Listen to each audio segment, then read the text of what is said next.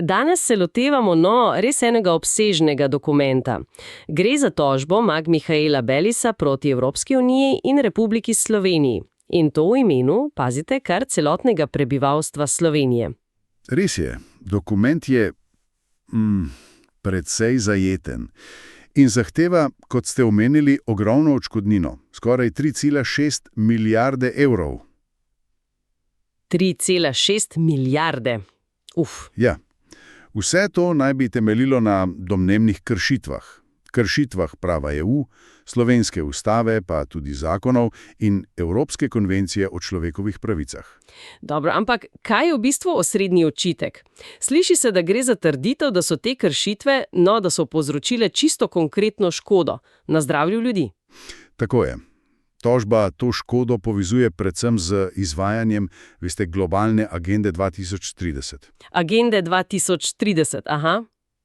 In trdi se, da se ta pri nas implementira preko načrta za okrevanje in odpornost, torej NOO. In ključno, brez prave pravne podlage v naši pristopni pogodbi k EU. Ok, zanimiva teza. Danes bomo torej poskusili razčleniti te ključne argumente, seveda, brez da bi zavzemali stališča, samo analiza. Seveda. Začniva morda pri pravnih argumentih. Avtorji tožbe poudarjajo kršitev načela subsidiarnosti. Subsidiarnosti? Kaj točno mislijo s tem? Da naj bi tako EU kot Slovenija vsiljevali to globalno agendo, torej agendo 2030, v naše lokalno okolje. Brez prave osnove, pravijo. Razumem. Potem pa izpostavljajo tudi domnevno kršitev 72. člena slovenske ustave. Tisti o pravici do zdravega življenjskega okolja. Ja. Točno ta. Zanimiv je tudi argument, da agenda 2030, kot pravite, sploh ni del evropskega pravnega reda. Kaj pa to pomeni za tožbo? Argumentacija gre nekako takole. Če agenda 2030 formalno ni del prava Unije, potem tudi kazni tiste iz 260. člena pogodbe o delovanju EU za neizvajanje tega prava ne morejo veljati za neuresničevanje ciljev te agende. Torej, če ni del prava, ni podlage za kazni zaradi neizvajanja te agende. V bistvu ja. To je precej drzna pravna interpretacija, ki skuša spodkopati legitimnost kakršnegakoli pritiska za izvajanje te agende 2030. Razumem. Omenjeno pa je tudi neskladje z našo nacionalno zakonodajo. Da, tožba se sklicuje na domnevno neskladje pri sprejemanju nacionalnih programov, teh, ki so povezani z NOO in agendo 2030. S čim naj bi bili v neskladju? S 35. členom Zakona o varstvu okolja, ZVO-1, in pa 153. členom ustave, ki govori o skladnosti predpisov. Trdijo, da ti programi niso šli skozi predpisan postopek. Recimo ustrezno medresorsko usklajevanje, pa javna razprava in tako naprej. Ok, pravni očitki so torej kar kompleksni. Ampak tožba trdi, da te domnevne kršitve puščajo zelo konkretne negativne posledice. Katere so te? Ja, na prvem mestu navajajo škodo na okolju. Čeprav nekatere statistike kažejo izboljšave, tožba trdi, da se kakovost zraka v resnici slabša. Kljub statistiki. Tako trdijo, ja. Omenjajo tudi poslabšanje kakovosti vode. Tukaj recimo izpostavijo primer kanala C0 v Ljubljani, pa tudi škodo na tleh. In te okoljske težave naj bi potem neposredno vplivale na zdravje ljudi. Tako je zapisano, da. Naštevajo bolezni dihal, pa srca in ožilja, tudi rakava obolenja in povečana umrljivost. Pri tem uporabljajo statistiko umrlih v zadnjih letih kot nek posredni dokaz. Posredni dokaz. Omenjene so tudi duševne težave.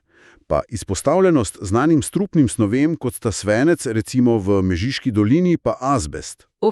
In zanimivo, kot nek posredni dokaz širše krize, ki naj bi vplivala na blaginjo in posredno tudi na zdravje, navajajo celo povečano število stečajev podjetij. To so resne navedbe. So omenjene tudi kršitve človekovih pravic po Evropski konvenciji? Da, sklicujejo se na kršitve pravic iz EKČP. Konkretno omenjajo pravico do življenja, to je člen 2, pa pravico do spoštovanja zasebnega življenja, člen 8, in svobodo izražanja, člen 10. In kako so prišli do te vrtoglave številke? Skoraj 3,6 milijarde evrov odškodnine. To je res ogromno.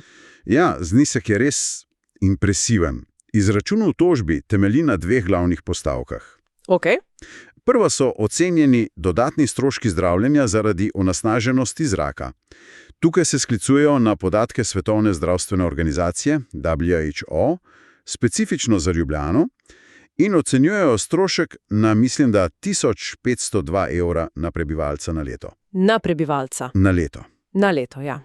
In ko to pomnožijo s številom prebivalcev, dobijo približno 3,15 milijarde evrov za celotno Slovenijo, samo iz tega naslova. Wow. In druga komponenta? Druga so dodatni stroški zdravljenja, ki naj bi nastali zaradi podnebnih sprememb. Te ocenjujejo na 220 evrov na prebivalca na leto. Še dodatnih 220 evrov. Tako?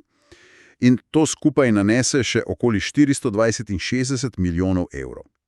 Seštevek obeh postavk pa potem data končni zahtevek skoraj 3,6 milijarde. Če torej povzamem, ta tožba ni samo nek suhoparen pravni dokument.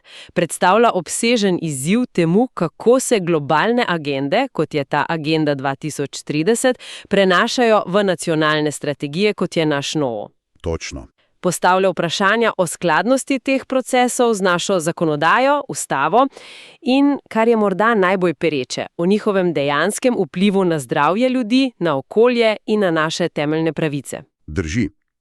In veste, neodvisno od tega, kakšen bo pravni izid te zgodbe, ta dokument odpira eno širše vprašanje, ki si ga moramo kot družba zastaviti. In sicer? Kako naj sploh presožamo te izjemno zapletene povezave med mednarodnimi politikami, domačo zakonodajo, obsežnimi gospodarskimi načrti in njihovimi dolgoročnimi posledicami za zdravje, za okolje. Še posebej takrat, ko so podatki, ki jih dobivamo, pogosto nasprotujoči si, interpretacije pa zelo različne. In pritiski seveda močni z vseh strani.